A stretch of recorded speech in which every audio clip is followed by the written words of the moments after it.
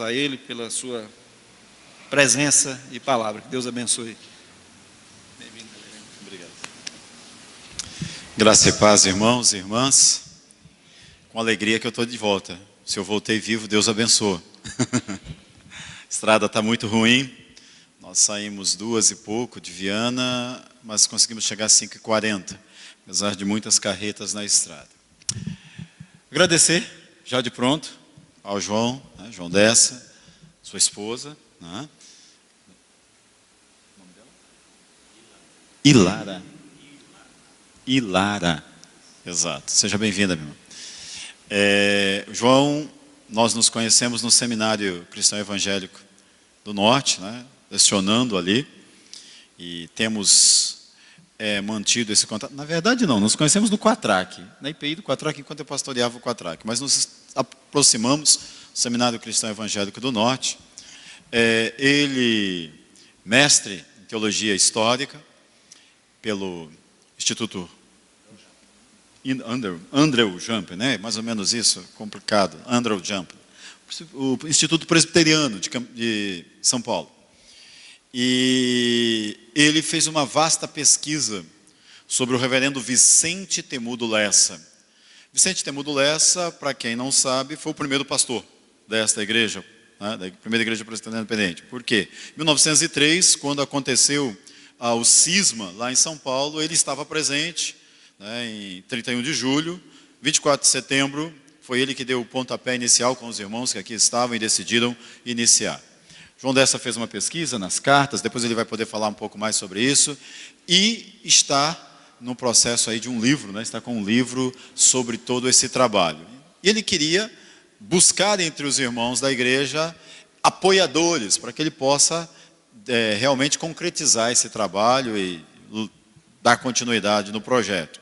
Falei para ele, tem 2 maneiras. Uma é o conselho da igreja entendendo que pode investir, outra é você ir à igreja, falar com os irmãos, falar para a igreja e a partir daí encontrar entre os irmãos parceiros. Então ele está hoje para trazer a palavra, mas também, né, em busca desses parceiros para dar continuidade no projeto que ele tem, né, de já imprimir, né, o livro. Já está pronto, só precisa fazer a coisa acontecer.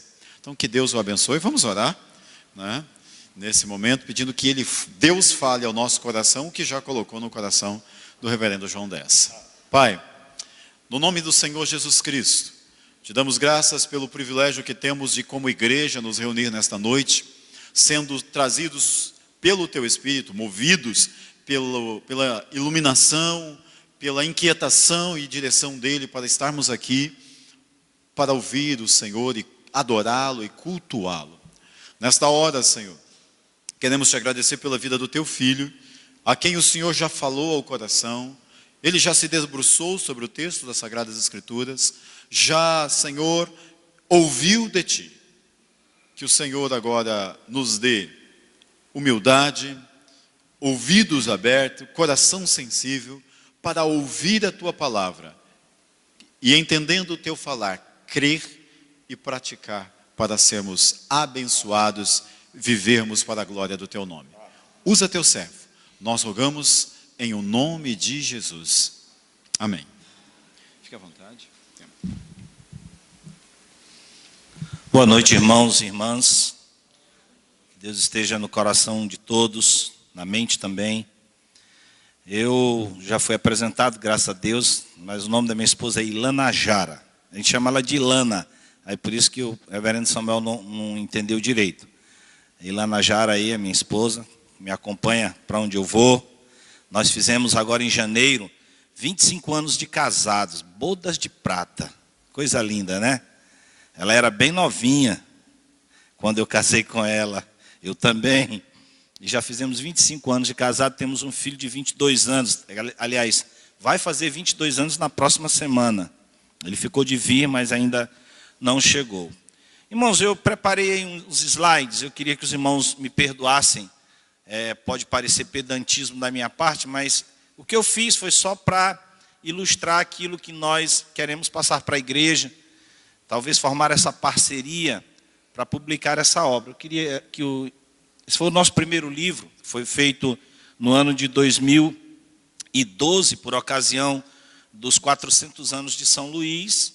Então nós publicamos esse livro, História da Igreja Presbiteriana do Maranhão, e a gente tem alguns exemplares, se os irmãos quiserem depois se interessarem por ter essa obra. Ela é ilustrada com 67 fotografias, de fotografias bem antigas, há mais de 100 anos também. Ali os irmãos podem ver a imagem do Dr. Jorge Butler, no meio, Dr. Belmiro César, e depois o reverendo Benedito Aguiar, que foi pastor na Igreja Presbiteriana Central de São Luís, por 33 anos. Então aqueles ali são os pioneiros, podemos dizer assim, que estiveram mais tempo à frente da igreja. E aí conta a história da Igreja Presbiteriana no Maranhão, inclusive a IPI entra, porque quando começou não havia duas igrejas, mas uma só. E desde 1886 até 2010. Essa é a minha dissertação de mestrado pelo CEPAG, Centro Presbiteriano de Pós-Graduação Andreu Jamper, da Universidade Presbiteriana Mackenzie. O título da dissertação foi O Cisma Presbiteriano e suas repercussões na Igreja Presbiteriana de São Luís. Foi defendida no ano de 2013, tive como orientador o doutor Alderir de Souza de Matos, que é o historiador oficial da Igreja Presbiteriana do Brasil. Esse é o nosso diploma. E aí está a turma toda que formou em 2013. Aí alguns momentos nas nossas aulas. Aí recebendo o título aí das mãos do reverendo Daniel, que inclusive está aqui em São Luís pregando ali no Renascença hoje. E atrás dele o reverendo Mauro Meister, que é o diretor do Centro Presbiteriano de Pós-Graduação. E esse é o motivo de eu estar aqui. O Maranhão por Vicente Temudo Lessa. Essa imagem do Vicente Temudo Lessa foi o primeiro pastor desta igreja aqui, Igreja Presbiteriana Independente de São Luís. E ele chegou em 1907, já tinha vindo aqui em 1904, conheceu a cidade, e depois, em 1907, ele veio pastorear a igreja, e ficou até 1912, aqui em São Luís. Então nós pegamos todo o material a respeito dessa vida dele, de 5 anos aqui em São Luís, pastoreando essa igreja, e catalogamos tudo, fizemos uma ampla pesquisa, tanto aqui quanto em São Paulo, arquivo presbiteriano da Igreja Presbiteriana do Brasil, da Igreja Presbiteriana Independente do Brasil, e colocamos em 210 páginas, deixamos muita coisa de fora, porque se fôssemos fazer tudo, o livro ficaria com 500 páginas, e não era esse o propósito. Mas aí, nesse livro, conta a história dele visitando todos os campos do Maranhão, do Pará e do Amazonas. Lá em Saicataua, lá em São Vicente Ferre, e ele conta a história como se, eu penso assim, que ele andava com um caderno na mão e um livro de anotações, e anotando o nome de pessoas, nome de logradouros, pessoas que passaram por aqui, pessoas que estavam lá no interior, as suas viagens a cavalo, as suas viagens a canoa, as suas viagens a barco. Então é um resgate histórico, é um resgate não só para a historiografia desta igreja, da Igreja Presbiteriana Independente no Maranhão, mas também para o próprio estado do Maranhão, para a cidade de São Luís, porque muitas ruas, muitas praças tinham outro nome. Por exemplo, bem aqui próximo de nós, a Praça Deodoro, ali chamava Campo do Ourique, e ele diz isso lá na sua obra, ele diz isso nos seus escritos, e nós resgatamos todo esse material, por isso que chama Maranhão por Vicente Temudo Lessa, porque eram as suas impressões de 5 anos morando aqui. Morou ali na Rua do Sol, número 104, ali próximo, bem quase em frente, onde é o Teatro Arthur Azevedo, e ali começou também a igreja. Então a gente faz esse resgate histórico de tudo aquilo que ele viveu aqui nos 5 anos, até perder a sua esposa. Passa mais um. Aí está, por exemplo, essa imagem, ela é de 1909. Bem aqui, o primeiro dessa esquerda é o presbítero José Maria de Lima, que foi um dos fundadores dessa igreja aqui. José Maria de Lima, a imagem dele a gente quase não encontra e eu consegui encontrar essa imagem dos 3 pastores que passaram por aqui. Temudo Lessa está sentado ali no meio, e o José Maria de Lima está aqui.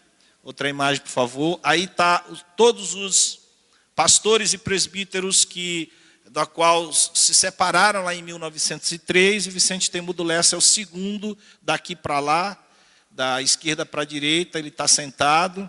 O reverendo Eduardo Carlos Pereira também, e muitos outros aí que eu não nomeei, mas essa é uma imagem de 1903, logo depois que houve a divisão, em 31 de julho de 1903.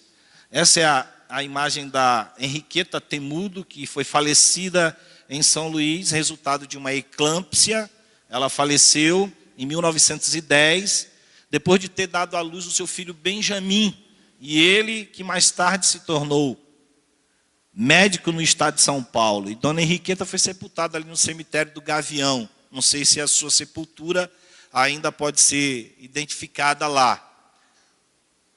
Algum recortezinho que eu peguei da obra, você pode ver, por exemplo, esse artigo foi escrito por José Maurício Higgins. Ele esteve aqui em 1905, em viagem pelo interior, estando na cidade de São Vicente Ferrer, conduzido que foi pelo irmão Arthur Serra Freire. Nessa viagem ele narra a sua estada na Baixada Maranhense e dá-nos algumas impressões, e aí está, impressões de viagem, é o título, em São Vicente de Ferrer, onde ele escreve aí dando o seu relatório das suas viagens em 1905.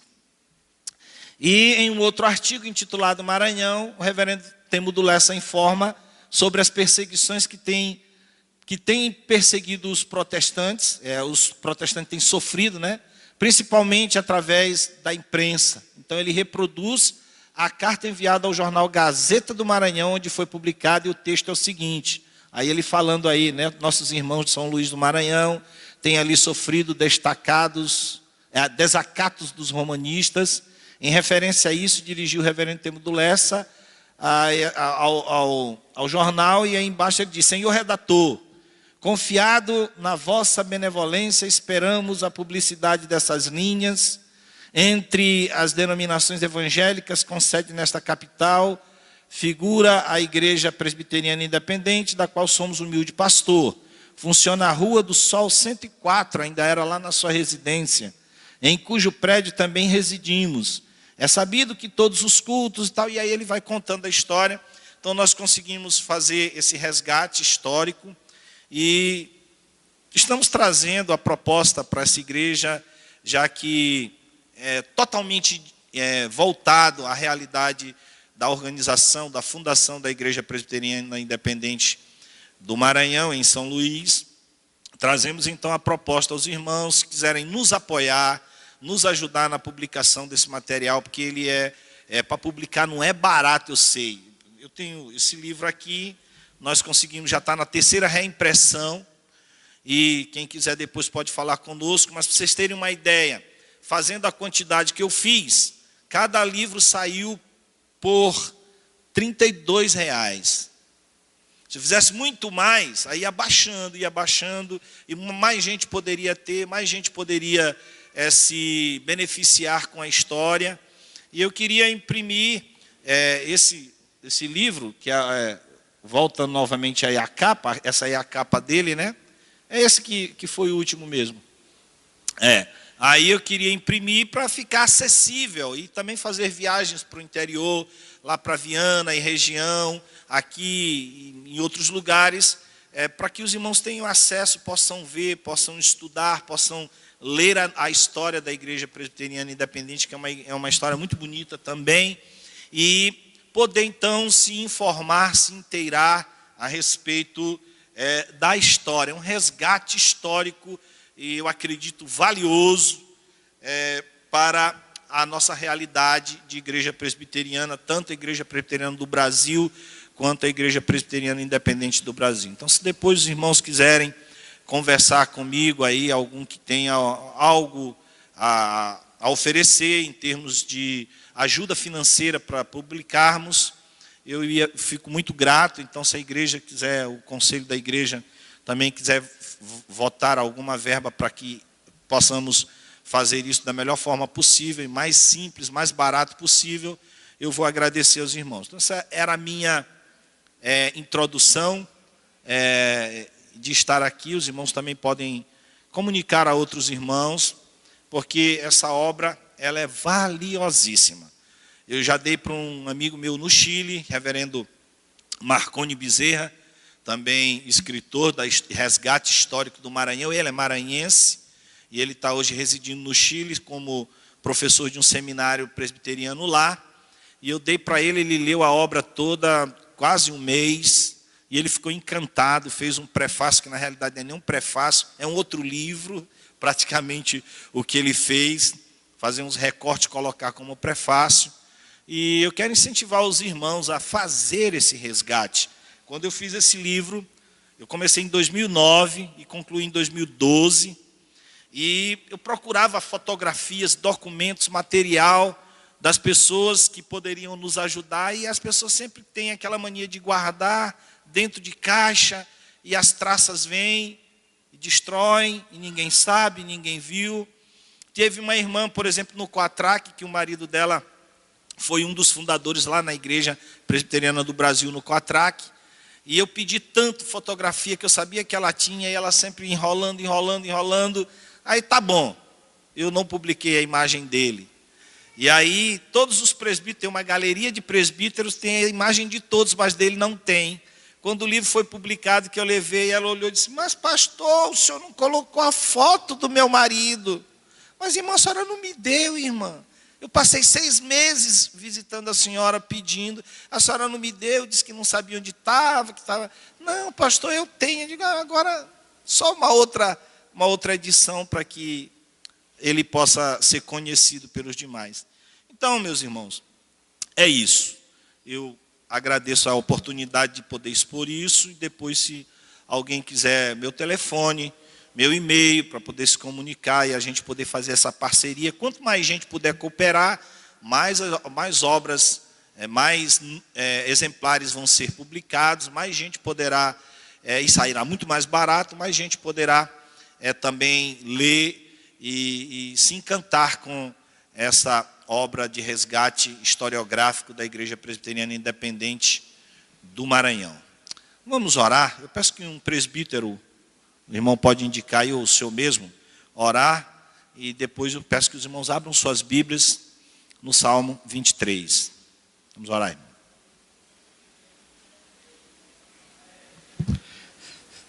Senhor Deus, nosso Pai, prepare agora os nossos corações, Senhor, para ouvir a Tua voz, a Tua palavra.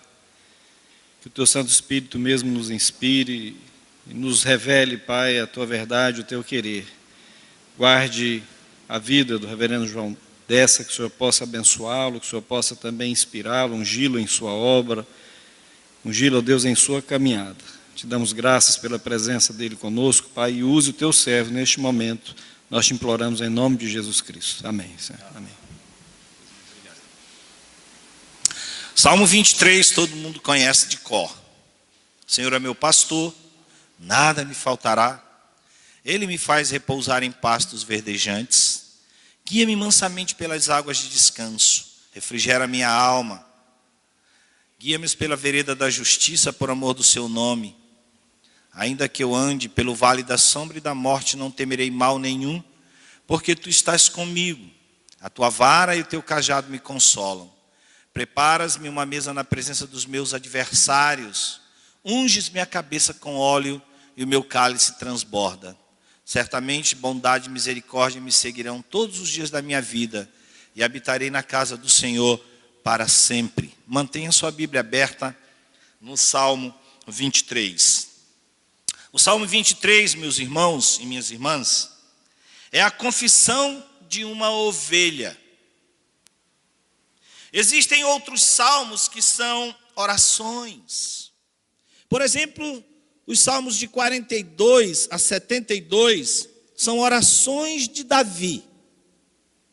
Na tradução da Bíblia, que é conhecida por nós como Nova Versão Internacional, O texto do versículo 1 deste salmo diz: o Senhor é o meu pastor, e eu estou satisfeito.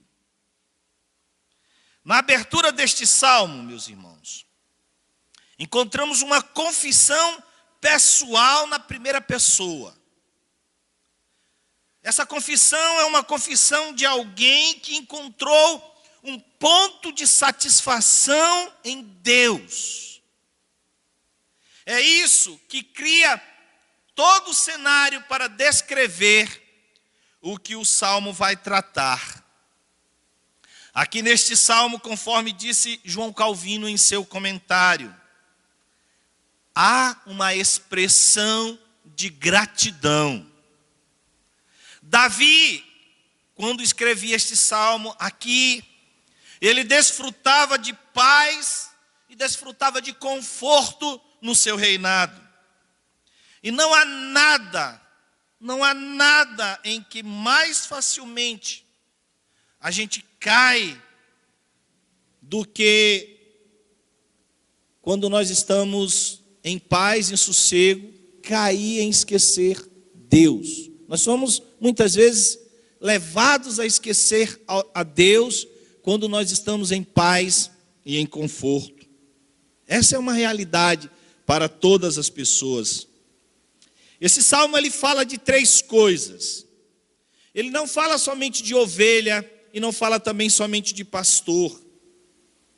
A relação ovelha e pastor vai até o versículo 4.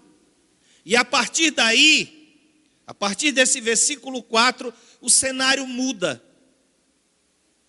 Já não se vislumbra mais a ovelha, mas é uma mesa posta, é um banquete preparado.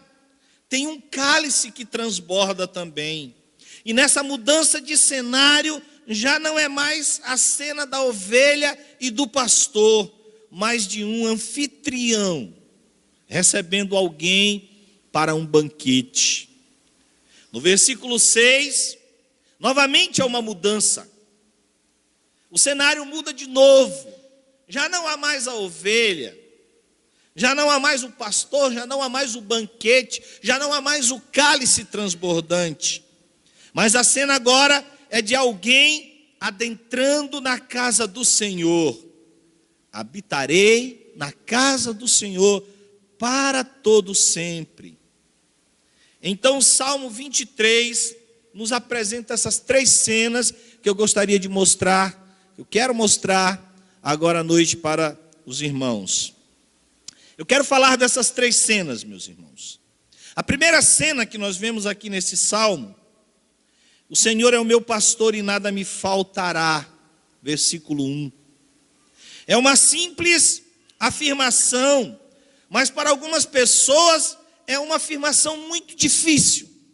O Senhor é o meu pastor e nada me faltará. Quando chega a metade do mês e as coisas faltam em casa, algumas pessoas costumam dizer: ou o Senhor não é o meu pastor e eu estou enganado com isso, ou Ele é e não está cuidando direito de mim, porque as coisas estão escasseando aqui em casa. Falta saúde, falta tempo, falta dinheiro, faltam os recursos. Porque esse salmo diz que o Senhor é meu pastor e nada me faltará. Talvez não faltasse nada para o salmista. Talvez não faltasse nada para as pessoas lá do tempo do salmista. Mas e hoje? No ano 2015, no mês de julho. E hoje, irmãos? Será que é do mesmo jeito, é do mesmo modo?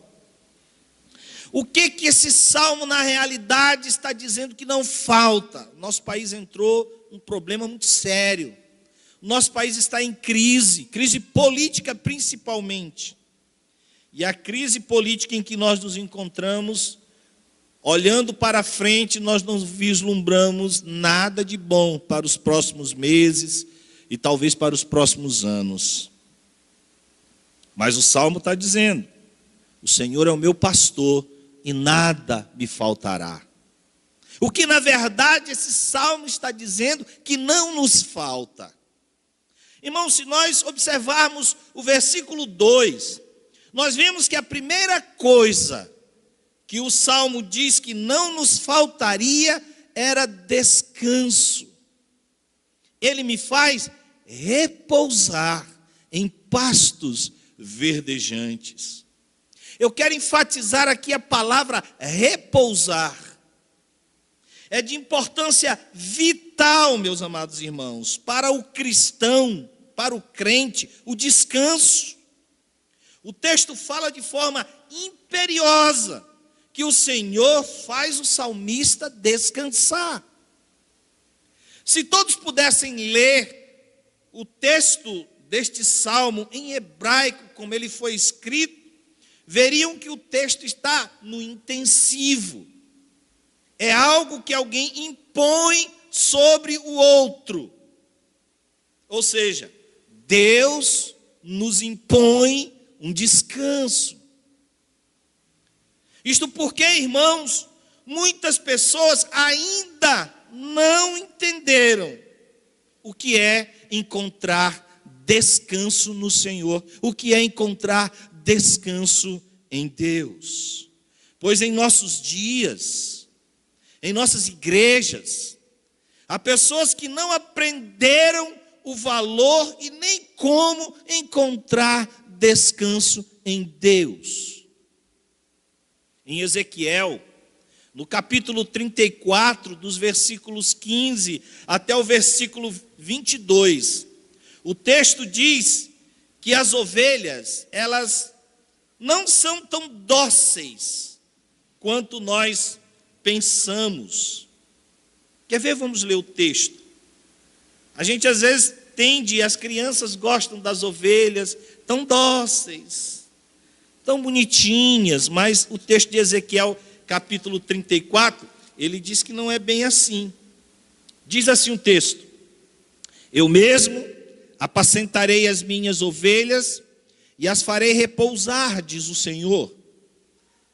A perdida buscarei, a desgarrada tornarei a trazer, a quebrada ligarei e a enferma fortalecerei, mas a gorda e a forte destruirei, apacentá-las-ei com justiça. Quanto a vós outras, ó ovelhas minhas, assim diz o Senhor Deus: eis que julgarei entre ovelhas e ovelhas, entre carneiros e bodes. Acaso não vos basta a boa pastagem? A vez de pisar aos pés o resto do vosso pasto? E não vos basta o terdes bebido as águas claras? A vez de turvar o resto com os pés?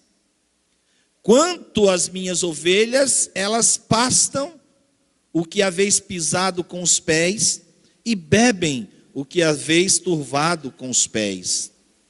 Por isso, assim diz o Senhor Deus: eis que eu mesmo julgarei entre ovelhas gordas e ovelhas magras, visto que com o lado e com o ombro dais empurrões, e com os chifres impelis as fracas, até as espalhardes fora. Eu livrarei as minhas ovelhas, para que não sirvam de rapina, e julgarei entre ovelhas e ovelhas. A ideia do Novo Testamento, quando fala de Cristo, que Cristo deixa as 99 ovelhas no redil, e aí ele vai em busca daquela que se desgarrou, e a gente canta isso também. Ele faz isso, irmãos, porque possivelmente a ovelha que se desgarrou, ela foi empurrada para fora do curral pelo chifre de outra ovelha. Como diz Ezequiel, capítulo 34. Como é que nós aprendemos, irmãos, a deixar que Deus nos leve ao repouso? O próprio texto responde. No versículo 5 ele diz: preparas-me uma mesa. Aí a cena vai mudando. Essa cena é interessante. Ele é recebido numa mesa. Preparas-me uma mesa na presença dos meus adversários. Repare, irmãos, que é uma mesa preparada na presença dos adversários. Diz o texto também que há um cálice transbordante. Irmãos, nessa ocasião também, a pessoa que está sendo recebida, ela está sendo ungida com óleo. Não é uma unção para a cura, nem para a ordenação de um sacerdote. O Salmo 23 descreve que o Senhor é capaz de colocar alguém cercado dos seus inimigos e Ele dá a você as ferramentas para que ali a justiça seja feita da parte de Deus e não da sua parte. Ele é quem me faz repousar. É o Senhor quem me faz repousar. Então, esta é a primeira cena que nós vemos nesse texto do Salmo 23. O Senhor me faz repousar. Ele é o meu pastor e nada me faltará. A segunda cena que nós vemos nesse texto, irmãos, é aquela que diz: Ele me guia pelas veredas da justiça por amor do seu nome. Eu tenho aprendido ao longo dos meus anos de vida e também de pastorado que essa condução ela tem mais a ver com a condição do rebanho, como o rebanho está. Por exemplo, se você, meu irmão, minha irmã, estiver convicto de que está se conduzindo, que aquele que está conduzindo você, conduzindo a sua vida, ele pode levar você até as portas do céu, não importa as escoriações, as feridas, os empurrões que você vai receber no meio do caminho até chegar lá, porque você sabe onde está indo. Ele diz: a tua vara e o teu cajado me consolam, ainda que eu ande pelo vale da sombra, ainda que eu ande pelo vale da morte, eu sei que o Senhor está comigo, Ele me conduz. A maior tristeza é ver alguém sofrer escoriações e ainda ter dúvida de que aquele que está conduzindo não sabe para onde está indo, não sabe que caminho seguir, não sabe o que fazer. Talvez todos já tenham lido a história ou já assistido em cinema a história de Alice no País das Maravilhas. Quando ela, sem saber para onde ir, ela pergunta ao gato: Senhor gato, aonde vai dar esse caminho? O gato então indaga de Alice: para onde você quer ir? E Alice então responde: eu não sei. Então o gato diz a ela: se você não sabe aonde quer ir, qualquer caminho serve. É uma realidade. Essa fábula, essa história que a gente conhece, que ensina para os nossos filhos. Meus amados irmãos, às vezes é preciso que alguém chegue diante de você e diga: olhe, você está aqui, mas você precisa chegar até aqui nesse outro lado. Você está aqui, mas você tem que ir para ali, para aquele outro ponto, para aquele outro lado. E nós ouvimos isso praticamente semanalmente quando nós estamos na igreja, ouvindo o pastor pregar, na escola dominical, os nossos professores, ouvindo a mensagem do Senhor. Está dizendo: você está aqui, mas você precisa estar ali do outro lado. Você está aqui, mas você precisa ser conduzido para o outro lado. Isso não é um caminho fácil. Você com certeza perderá muitas coisas, você irá sofrer muitas escoriações, mas este é o caminho. Não se desvie dele. Não saia desse caminho. O pastorado tem muito mais a ver com a condução, a forma como se conduz, com o saber aonde você está indo. Como saber se aquele que está pegando a sua mão, lhe conduzindo, lhe oferecendo ajuda, ele sabe onde está indo? Como saber? É preferível ser guiado, ou é preferível sermos guiados por uma pessoa arrogante, por uma pessoa teimosa, mas que sabe onde está indo, do que ser guiado por uma pessoa tão solícita, tão querida, tão bacana, tão gente boa, mas que não tem a menor ideia de onde está indo.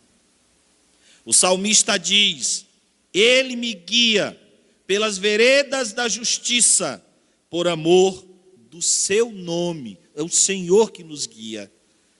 Em que pese qualquer tipo de contratempo que nós possamos encontrar no caminho. Ainda que eu saiba que eu vou andar pelo vale da sombra e da morte, não temerei mal nenhum, porque eu sei que Ele sabe aonde Ele está me levando. Eu sei que o Senhor sabe. Isso me dá segurança. Eu sei quem está me conduzindo. Isso me dá paz, apesar das dificuldades ao meu redor. Então, essa é a segunda cena que nós vemos nesse salmo. Mas tem uma terceira cena. E a terceira cena está no versículo 5, onde o salmista diz: Preparas-me uma mesa na presença dos meus adversários. Na verdade, o Salmo 23, ele é a continuação do Salmo 22.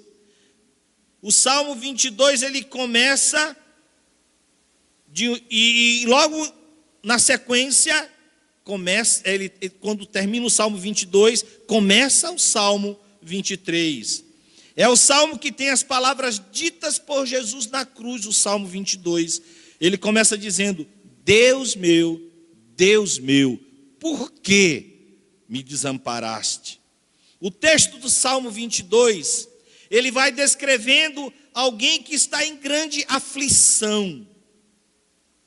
Vejamos, por exemplo, os versículos 7 e 8, aí na sua Bíblia, você abre no Salmo 23, onde você está, e volta um pouquinho para o Salmo 22, os versículos 7 e 8, ele diz assim: Todos os que me veem zombam de mim, afrouxam os lábios e meneiam a cabeça. Confiou no Senhor, livre-o ele, salve-o, pois nele tem prazer. Versículo 11 diz: Não te distancies de mim, porque a tribulação está próxima e não há quem me acuda. E o versículo 12: Muitos touros me cercam, fortes touros de Bazã me rodeiam. Irmãos, por causa das primeiras palavras deste salmo, nós ficamos sabendo que o que está sendo escrito aqui é o Senhor Jesus na cruz, descrito neste salmo 22. O Salmo 22, ele descreve alguém em sofrimento, fazendo perguntas para Deus: Por quê? Por que me desamparaste? Ninguém responde. O Salmo 23, portanto, é a continuação. A mesma pessoa que fala no Salmo 22 está falando no Salmo 23. E ele confessa, mesmo passando por situações difíceis, ele aprendeu a encontrar descanso em Deus. O Senhor é o meu pastor e isso me satisfaz. O que te satisfaz, meu irmão e minha irmã?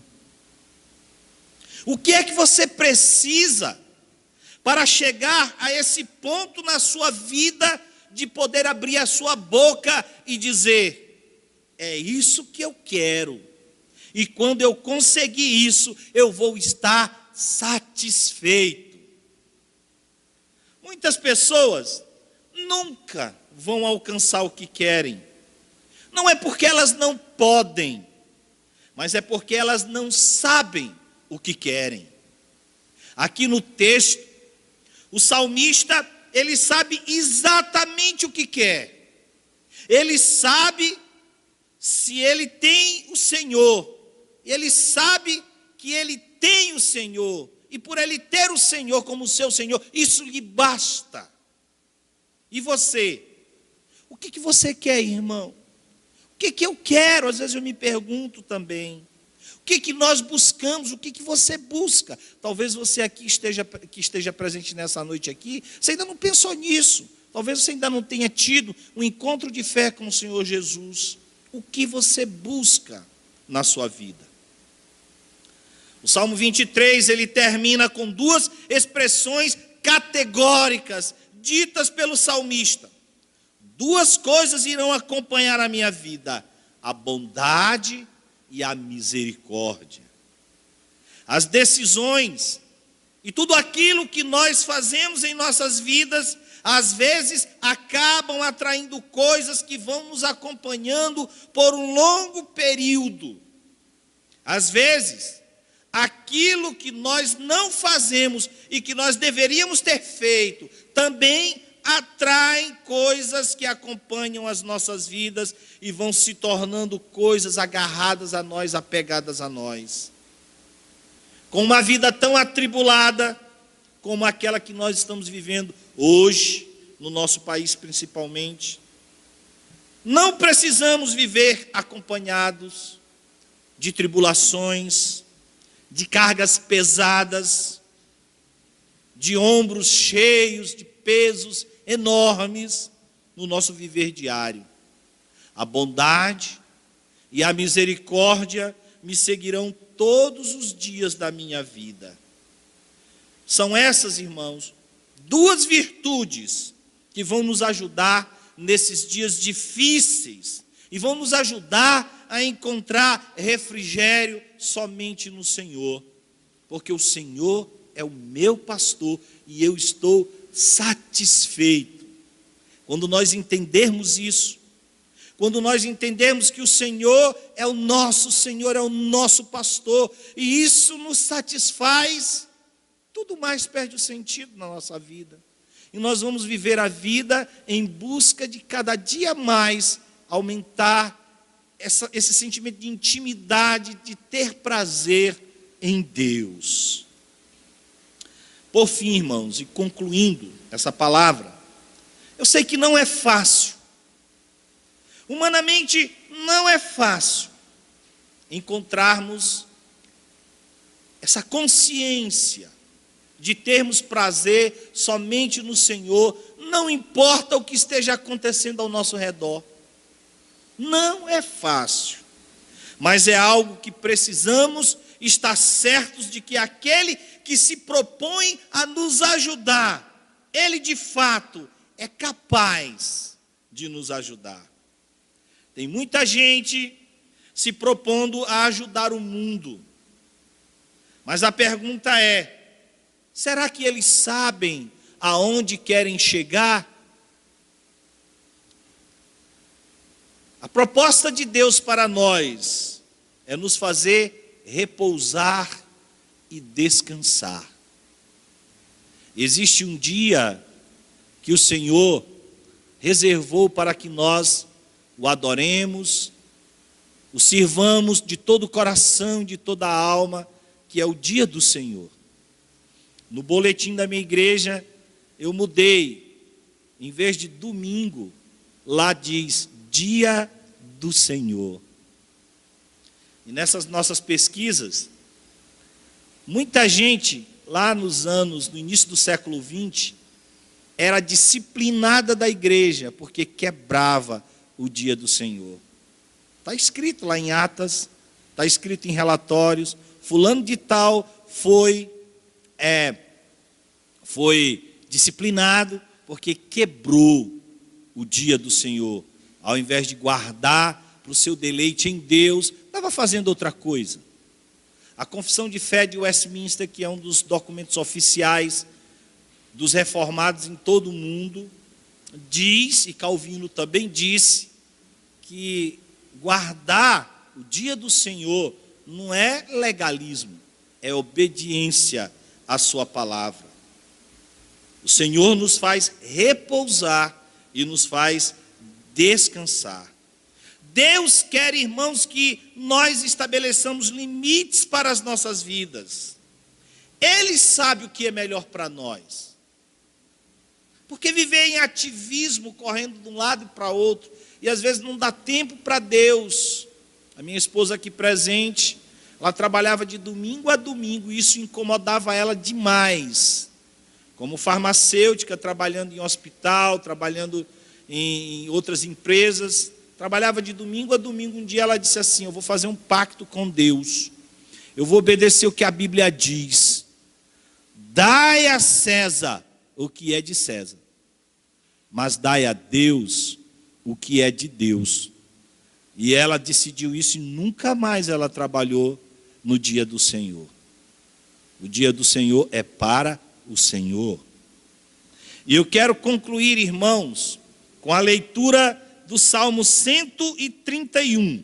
Abram comigo e vamos ler em uma só voz. Ele é pequeno, mas é um salmo maravilhoso para a nossa edificação. Salmo 131. Vamos lá, em uma só voz. Não sei se sua Bíblia é igual na tradução à minha, mas vamos lá. Senhor, não é soberbo o meu coração, nem altivo o meu olhar. Não ando à procura de grandes coisas, nem de coisas maravilhosas demais para mim. Pelo contrário, fiz calar e sossegar a minha alma, como a criança desmamada se aquieta nos braços de sua mãe. Como essa criança é a minha alma para comigo.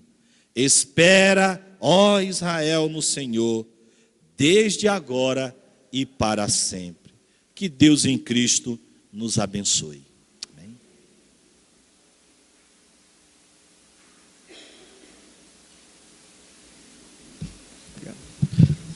Amém. Nós vamos entoar agora o cântico do hino 297 do nosso Cantai Todos os Povos. E enquanto nós entoarmos esse hino, os irmãos que trouxeram seus dízimos e ofertas poderão